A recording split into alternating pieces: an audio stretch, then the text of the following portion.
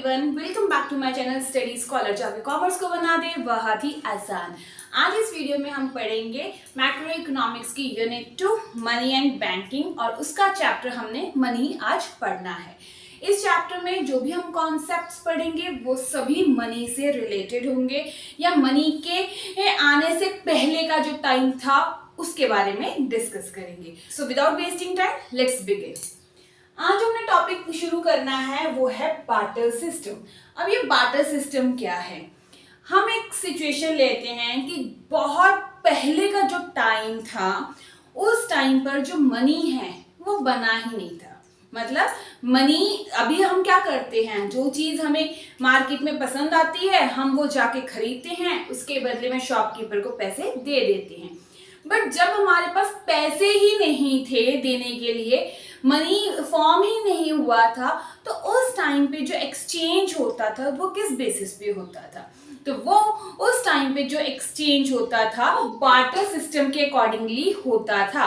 Barter system क्या होता है?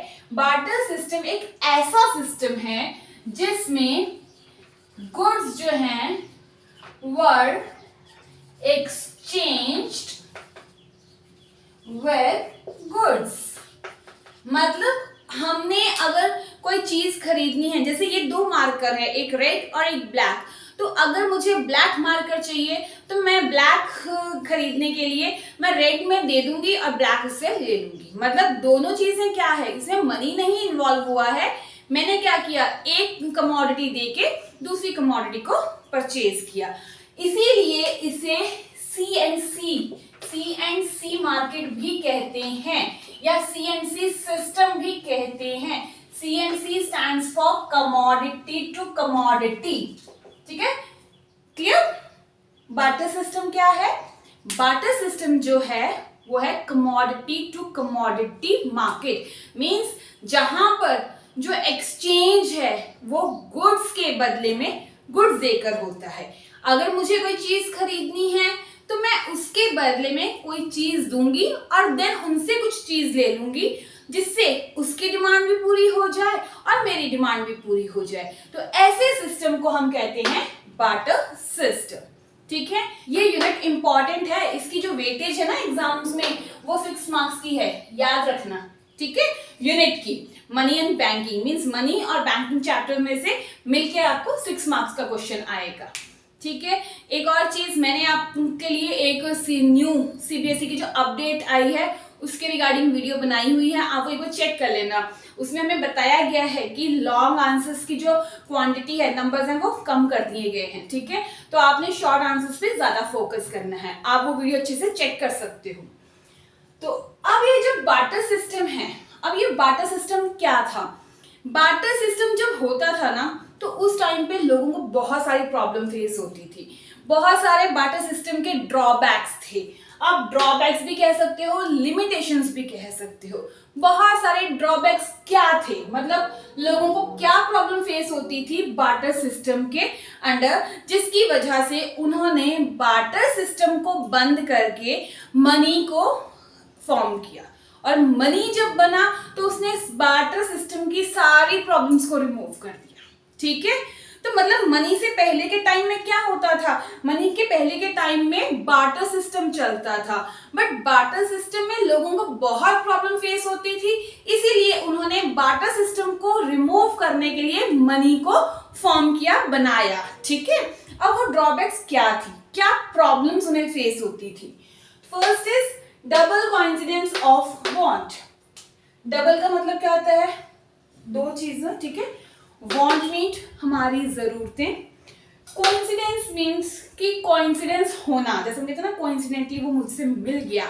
ठीक है, तो वही चीज। अब यहां पर इसका क्या मतलब है? यहां पर है, एक एग्जांपल से समझते हैं। फॉर एग्जांपल, ये ए पर्सन है, ये बी पर्सन है और एक ये सी पर्सन है। ए पर्सन के पास बुक्स हैं, ठीक है, बी पर्सन के पास जो है शूज हैं, ठीक है, और सी पर्सन के पास क्लोथ्स है। इनके पास ये गुड्स अवेलेबल हैं।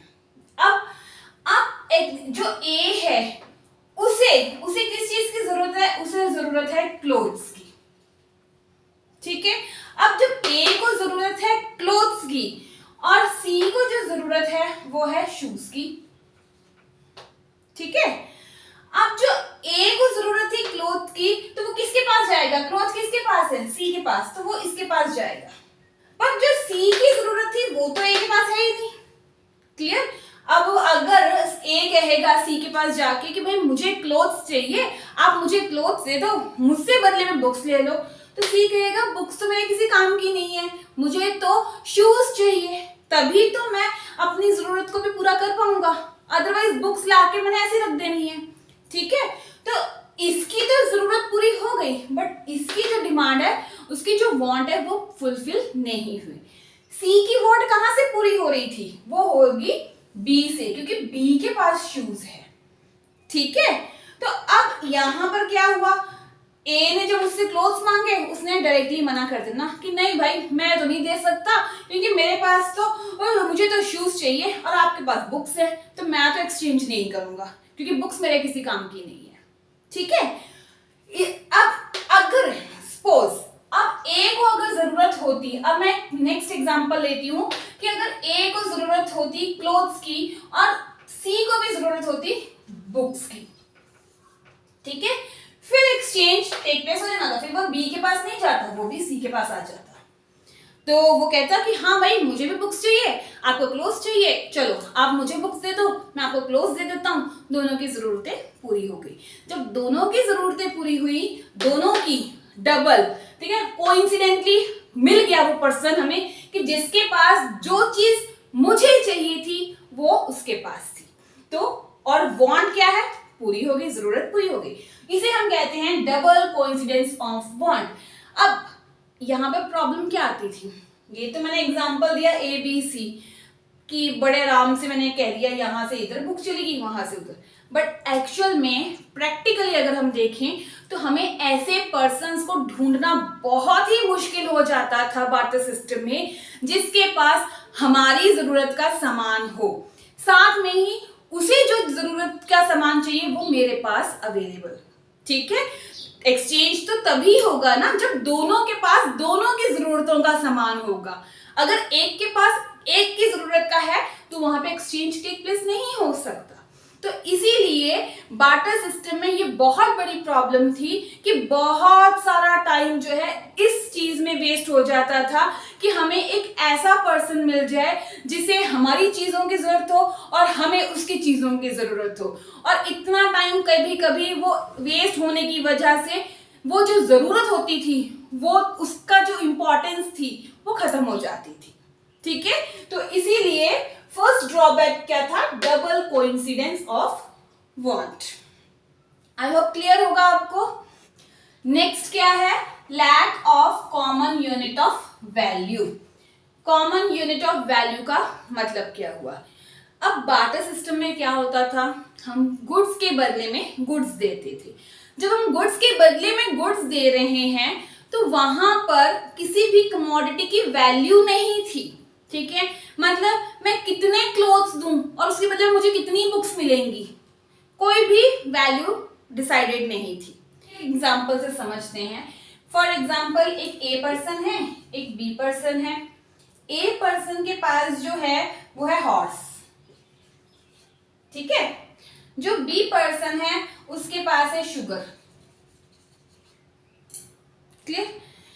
अब बी पर्सन को हॉर्स की जरूरत है, ए पर्सन को शुगर की जरूरत है। एक्सचेंज तो टेक प्लेस हो जाएगा, ये इसको सामान दे देगा, ये इसको सामान दे देगा, टेक प्लेस तो हो जाएगा, बट कितनी क्वांटिटी हम शुगर की दें और कितना क्वांटिटी में हमें हॉर्स मिलेगा। हॉर्स की अगर मॉनेटरी वैल्यू देखें तो बहुत ज्यादा होती है, और शुगर की बहुत ही कम है। तो अब ये जो ए पर्सन है वो हॉर्स को काट के तो देगा नहीं कि भाई आप पहले गर्दन ले लो बाद में बाकी हॉर्स ले लेना, बेचारा हॉर्स भी काम से गया। तो यहाँ पर क्या होता है, ये प्रॉब्लम अराइज होती है कि किसी भी यूनिट की, किसी भी कमोडिटी की यूनिट डिसाइड नहीं होती है, जिसकी वजह से एक पर्सन को लॉस हो जाता है और दूसरे पर्सन को प्रॉफिट हो जाता है, ठीक है। अब हो सकता है जब ये इसको शुगर दे, भाई इसको तो प्रॉफिट हो गया क्योंकि इसको तो भाई घोड़ा मिल गया अच्छा सा, क्लियर। तो इसको क्या हुआ, इसको तो सिर्फ चीनी मिली जो खा पी के थोड़ा टाइम बाद खत्म हो जाएगी, तो इसके लिए तो ये लॉस हुआ, उसके लिए ये प्रॉफिट हो गया। तो इसी वजह से जो बार्टर सिस्टम है वहां पर किसी कमोडिटी की वैल्यू ना डिसाइड होने की वजह से लोगों को नुकसान, किसी को नुकसान और किसी को बहुत ज्यादा प्रॉफिट होता था, इसीलिए मनी को फॉर्म किया गया, बनाया गया। नेक्स्ट है difficulty of future payment. Future payment से हम बात करते हैं, फ्यूचर मीन्स जो हमने आज डील कर ली है पर 4-5 दिन बाद, महीने बाद हमने पेमेंट करनी है, वहां पर बार्टर सिस्टम में बहुत प्रॉब्लम फेस होती थी। क्यों? क्योंकि कई गुड्स ऐसे होते हैं जो पेरिशेबल नेचर के होते हैं, ठीक है, perishable nature of goods. Perishable nature क्या होता है, जो थोड़े दिनों में ही खराब हो जाएंगे, जैसे मिल्क। अब किसी की स्वीट्स की शॉप है, ठीक है, वो स्वीट्स को हार्डली 1 दिन 2 दिन 4 दिन 5 दिन ज्यादा से ज्यादा स्टोर करके रख सकता है, बट अगर वो पेमेंट करनी हो 2 महीने बाद तो वो उसी मिठाई को 2 महीने तो नहीं रख सकता। क्यों? क्योंकि गुड्स जो हैं वो पेरिशेबल नेचर के हैं, खराब होने वाले नेचर के हैं, जल्दी खराब हो जाएंगे। तो उस केस में क्या होता है, प्रॉब्लम होती थी फ्यूचर पेमेंट करने में, क्योंकि लोगों को समझ ही नहीं आता था कि हम फ्यूचर में पेमेंट कैसे करें। तो इसीलिए उस टाइम पे लॉन्ग टर्म डील्स ही नहीं होती थी, तो शॉर्ट टर्म पीरियड पे डील्स होती थी, और वहां पे वही लोग डील कर पाते थे जिनके गुड्स जो है पेरिशेबल नेचर के होते थे। लॉन्ग टर्म डील जब होती थी तो वो वहां पर वो लोग डील कर लेते थे जिनके गुड्स थोड़े से ड्यूरेबल टाइप के होते थे, ठीक है। दूसरी चीज, उनको स्टोर करने की भी प्रॉब्लम आ जाती थी, कैसे उसको स्टोर करके रखा जाए। तो ये सब जो प्रॉब्लम फेस हो रही थी, ये सब किसकी वजह से हो रही थी, क्योंकि इकोनॉमी में बार्टर सिस्टम जो था वो प्रिवेल कर रहा था। नेक्स्ट है difficulty of storage of value. Storage of value का मीन्स गो डाउन। अब गुड्स है, गुड्स को स्टोर भी तो करके रखना है, कहाँ रखेंगे, पहले उसके लिए हमें गोडाउन बनाना पड़ेगा। गोडाउन बनाने के लिए हमें पहले खर्चा करना पड़ेगा, ठीक है। खर्चा कैसे करेंगे, मनी तो था ही नहीं, तो उस टाइम पे हम क्या करेंगे कि अपनी कोई चीज देंगे, लैंड दे देंगे। अगर मैं कोई खेती करती हूँ तो मैं वीट दे दूंगी, उसकी जगह पे कोई घर ले लूंगी कि भाई मुझे अपने गुड्स वहां पे रखने हैं। तो जो स्टोरेज है, स्टोरेज वो बहुत ज्यादा स्टोरेज कॉस्ट को इन्वॉल्व करता था बार्टर सिस्टम में, कि गुड्स को स्टोर करने के लिए बहुत ज्यादा हमें स्टोरेज कॉस्ट लगानी पड़ती थी। तो ये सारी जो प्रॉब्लम्स थी ना, ये बार्टर सिस्टम में हो रही थी। क्यों हो रही थी? क्योंकि सिर्फ गुड्स के बदले में हमें गुड्स देने पड़ते थे। गुड्स नहीं होंगे, एक पर्सन के गुड्स दूसरे पर्सन से मैच नहीं करते होंगे, तो डबल कोइंसिडेंस ऑफ वांट की प्रॉब्लम आ जाती थी। कभी किसी को प्रॉफिट हो जाता था, किसी को लॉस हो जाता था। क्यों होता था? क्योंकि कोई भी यूनिट की वैल्यू, कमोडिटी की वैल्यू डिसाइडेड नहीं थी। दूसरा, फ्यूचर डील्स जो होती थी वो ज्यादा स्टेबल नहीं होती थी, कोई ज्यादा फ्यूचर डील को में बिलीव नहीं करता था। क्यों? क्योंकि जो गुड्स थे पेरिशेबल नेचर्स के भी होते थे, ठीक। Next is difficulty of storage of value, मतलब लोगों को गुड्स को स्टोर करने के लिए बहुत ज्यादा स्टोरेज कॉस्ट लगानी पड़ती थी। तो ये सब प्रॉब्लम जो थी इकोनॉमी में फेस हो रही थी, लोगों को फेस करनी पड़ रही थी, जिसकी वजह से इन सब प्रॉब्लम का सलूशन उन्होंने क्या निकाला, इन सब का तोड़ के आया, वो था मनी। मनी आई मार्केट में और उसने ये सारी प्रॉब्लम्स को रिमूव कर दिया, ठीक है। तो इसीलिए मनी जो है बहुत बिग टर्म है, ठीक है ना, है कहते हैं ना बाप बड़ा ना भैया सबसे बड़ा रुपया, तो वही चीज, मतलब आज की डेट में मनी क्या है, एवरीथिंग, सब कुछ मनी के बेसिस पे चल रहा है। मनी के बेसिस पे इकोनॉमी किस पे रन हो रही है, मनी के बेसिस पे। तो मनी जो है इज वेरी इंपॉर्टेंट कॉन्सेप्ट। तो अब हम डिस्कस करेंगे अपना मनी। चलिए हम पढ़ते हैं मनी को। मनी, अब जब मनी मार्केट में आया, जब मनी इंट्रोड्यूस हुआ, तो हमारी जो इकोनॉमी है उसमें एक रेवोल्यूशन आ गई। कैसे? कि जो प्रॉब्लम बार्टर सिस्टम में हमें फेस हो रही थी, वो सारी प्रॉब्लम्स जो हैं वो रिमूव हो गई। क्यों? क्योंकि जो मनी है अब वो मनी मीडियम ऑफ एक्सचेंज बना, ठीक है, मीडियम ऑफ एक्सचेंज बना। इसका मतलब क्या है कि बार्टर सिस्टम में क्या होता था, हम गुड्स के बदले में गुड्स देते थे और अपनी जरूरतों को पूरा करते थे। पर जब मनी इंट्रोड्यूस हुआ मार्केट में तो हमने अपनी जरूरतों को कैसे पूरा किया कि जो भी चीज चाहिए होती थी हम मार्केट में जाते थे, खरीदते थे और उसके बदले में पेमेंट कर देते थे जितने भी उसका प्राइस होता था। तो मनी ने क्या किया, जो हमारा एक्सचेंज ऑफ गुड्स था या अपनी वांट्स को पूरा करने का जो प्रोसेस था उसको बहुत ही आसान कर दिया। कैसे? क्योंकि अब हम डायरेक्टली मार्केट में जाते थे, सामान खरीद लेते थे, हमें बिल्कुल भी वेट नहीं करना पड़ता कि भाई हमें सेम वो पर्सन मिले जिसे के पास हमारी जरूरत का सामान हो, ठीक है। तो मनी क्या बना, मीडियम ऑफ एक्सचेंज। क्लियर? अब हम पढ़ते हैं functions of money. Functions of money अगर हम देखें तो कितने हैं, 4। बार्टर सिस्टम में प्रॉब्लम्स कितनी थी, 4। अब वो चारों के चारों प्रॉब्लम जो हैं वो मनी ने रिमूव कर दी। कैसे रिमूव की, चलिए देखते हैं। फर्स्ट बार्टर सिस्टम में प्रॉब्लम कौन सी थी, डबल कोइंसिडेंस ऑफ वांट, उसे रिमूव किया मीडियम ऑफ एक्सचेंज ने। कैसे? पहले क्या प्रॉब्लम हमें फेस हो रही थी, डबल कोइंसिडेंस ऑफ वांट, ठीक है। यहां पर क्या होता था, हमें बहुत देर तक एक पर्सन के लिए वेट करना पड़ता था जिसे हमारी गुड की जरूरत हो और हमें उसके गुड की जरूरत हो, ठीक है। तो उसमें बहुत सारा टाइम वेस्ट हो जाता था। पर जब मनी इंट्रोड्यूस हुआ तो मनी की वजह से जो एक्सचेंज था वो बहुत ही आसान हो गया। अब जिसको जिस चीज की जरूरत होती थी मार्केट में जाके वो चीज खरीदते थे, उसकी मॉनेटरी टर्म्स में जितनी भी वैल्यू होती थी हम पे कर देते थे। मींस अब हमें अपनी जरूरत को पूरा करने के लिए बहुत टाइम तक वेट नहीं करना पड़ता था, बहुत टाइम तक किसी पर्सन को ढूंढना नहीं पड़ता था, ठीक है। क्लियर? अब दूसरा क्या है, स्टोर ऑफ वैल्यू।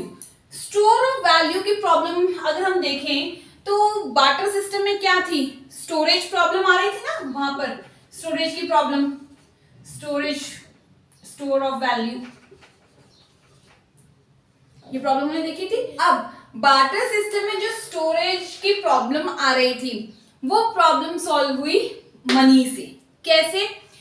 अब गुड्स को स्टोर करने के लिए हमें गोडाउन की जरूरत है, स्टोरेज कॉस्ट लगेगी, गोडाउन के लिए हमें अच्छा खासा कुछ ना कुछ देना पड़ेगा या लैंड खरीदनी पड़ेगी, उस पर टाइम वेस्ट करना पड़ेगा, उसके बाद गुड्स भी रखने पड़ेंगे, उसका भी ध्यान रखना पड़ेगा। तो मतलब स्टोरेज कॉस्ट जो थी काफी ज्यादा थी। पर जो मनी थी उसकी जो स्टोरेज कॉस्ट थी बहुत ही कम थी, ना के बराबर। हम मनी को इजीली स्टोर करके रख सकते हैं। तो इसी वजह से कि as compare to barter system money को स्टोर करना बहुत आसान था, इसीलिए जो प्रॉब्लम हमें बार्टर सिस्टम में गुड्स को स्टोर करने में हो रही थी वो प्रॉब्लम हमें मनी को स्टोर करने में नहीं हुई, ठीक है। नेक्स्ट आते हैं, सेकेंड थिंग हमने इसमें क्या पढ़ा था कि गुड्स पेरिशेबल नेचर के होते हैं, बट मनी तो पेरिशेबल नेचर का नहीं है, उसे हम लॉन्ग टर्म तक सेव करके रख सकते हैं, काफी देर तक स्टोर किया जा सकता है, वो तो नहीं खराब होगा। तो इसी वजह से गुड्स की जो स्टोरेज कॉस्ट थी वो यहाँ पर बिल्कुल भी नहीं ही काउंट हुई। Next is measure of value. Measure of value में हमने जो प्रॉब्लम पढ़ी थी बार्टर सिस्टम में वो थी lack of common unit of value. ये जो प्रॉब्लम थी ये रिमूव हुई, ये भी रिमूव हुई, ये सब रिमूव हुई। ये जो रिमूव हुई किसने रिमूव की, मेजर ऑफ वैल्यू ने। मेजर ऑफ वैल्यू का मतलब क्या है कि अब हर एक कमोडिटी का कुछ ना कुछ प्राइस होगा मनी टर्म्स में, मॉनेटरी टर्म्स में। तो अब हमें गुड्स के बदले में गुड्स नहीं एक्सचेंज करने पड़ेंगे। ऐसा नहीं होगा कि एक पर्सन को हमेशा ही प्रॉफिट होता रहे और दूसरे पर्सन को हमेशा लॉस होता रहे, ठीक है। तो क्या है कि जो मेजर ऑफ वैल्यू से क्या हुआ, ये जो कॉमन यूनिट ऑफ वैल्यू की प्रॉब्लम थी वो सॉर्ट आउट हो गई। अब यहाँ पर जितनी की किसी ने कमोडिटी खरीदी है उतना ही उसे प्राइस पे करना पड़ेगा। Next is standard for deferred payment. Deferred payment का मतलब होता है फ्यूचर पेमेंट, फ्यूचर पेमेंट, ठीक है। अब हमने क्या पढ़ा था कि जो बार्टर सिस्टम था उसमें फ्यूचर की डील्स करने में प्रॉब्लम आती थी। क्यों? हम गुड्स को ज्यादा स्टोर नहीं करके रख सकते, स्टोरेज कॉस्ट इन्वॉल्व हो जाती थी, गुड्स पेरिशेबल नेचर के होते थे, कई रीजंस थे। अब बार्टर सिस्टम में क्या होता था, हम फ्यूचर की डील्स नहीं कर पाते थे, या फ्यूचर के लिए हम अगर कोई गुड्स को स्टोर करना चाहते हैं नहीं कर पाते थे। क्यों? या तो स्टोरेज कॉस्ट इन्वॉल्व होती थी, या गुड्स ही पेरिशेबल नेचर के होते थे, बहुत अदर भी रीजंस थे जिसकी वजह से हम गुड्स को फ्यूचर टाइम के लिए 1 महीने 2 महीने के लिए स्टोर नहीं कर पाते। पर ये प्रॉब्लम किसने सॉल्व की? ये प्रॉब्लम सॉल्व की मनी ने। क्यों? क्योंकि मनी को स्टोर करना बहुत ही आसान था। मनी को हम लोग काफी देर तक स्टोर कर सकते हैं, उसकी स्टोरेज कॉस्ट भी जो थी वो बहुत ही कम होती है। Second thing, money perishable nature का नहीं होने के कारण उसका हमें लॉस नहीं होता था, ठीक है। तो मनी को हम फ्यूचर डील्स के लिए यूज कर सकते थे। इसीलिए ये जो मनी है, मनी जो है वो मेन हेड बना और उसने बार्टर सिस्टम को रिमूव किया, और अब इकोनॉमी जो चल रही है वो सारी की सारी मनी के बेसिस पे चल रही है। और हमारी इकोनॉमी से अगर मनी खत्म हो जाए, हमारी इकोनॉमी वहीं पे क्रैश हो जाएगी। क्लियर? तो मनी जो है, पहली बात तो कभी खत्म ही नहीं होगा, इकोनॉमी से कभी खत्म नहीं होगा, क्योंकि हर एक एक्टिविटी दूसरी एक्टिविटी से लिंक होती है। तो इसीलिए हम मनी को इतनी इंपॉर्टेंस देते हैं। क्लियर है? अच्छा, अभी हमने जो फंक्शंस पढ़े हैं मनी के, कि ये जो सारे फंक्शंस हैं इसकी वजह से बार्टर सिस्टम जो है उसकी प्रॉब्लम्स रिमूव हो गई। आपको ये जो क्वेश्चन है ओवरऑल भी आ सकता है कि write down the functions of money, ठीक है, तो आपने वो चारों फंक्शंस लिख देने हैं। या ये भी हो सकता है कि आपसे पर्टिकुलर एक फंक्शन पूछ लिया जाए कि कैसे इस फंक्शन ने प्रॉब्लम ऑफ बार्टर सिस्टम को रिमूव किया है। For example, how many removed the problem of double coincidence of want. तो आपने उसमें लिखना है कि उसने मीडियम ऑफ एक्सचेंज की तरह काम करके उसको रिमूव किया। या आपसे पूछ लिया जाए कि कैसे मनी ने इस प्रॉब्लम को रिमूव किया, तो आपने इस पॉइंट को एक्सप्लेन करना है, ठीक है। तो डायरेक्टली क्वेश्चन भी आ सकता है और पर्टिकुलर एक एक फंक्शंस भी इसके पूछे जा सकते हैं। ऑलराइट, तो आपने अपने क्वेश्चन को उसी तरीके से प्रिपेयर रखना है। Alright friends, that's all for today's video. I hope आपको सारा कॉन्सेप्ट क्लियर होगा।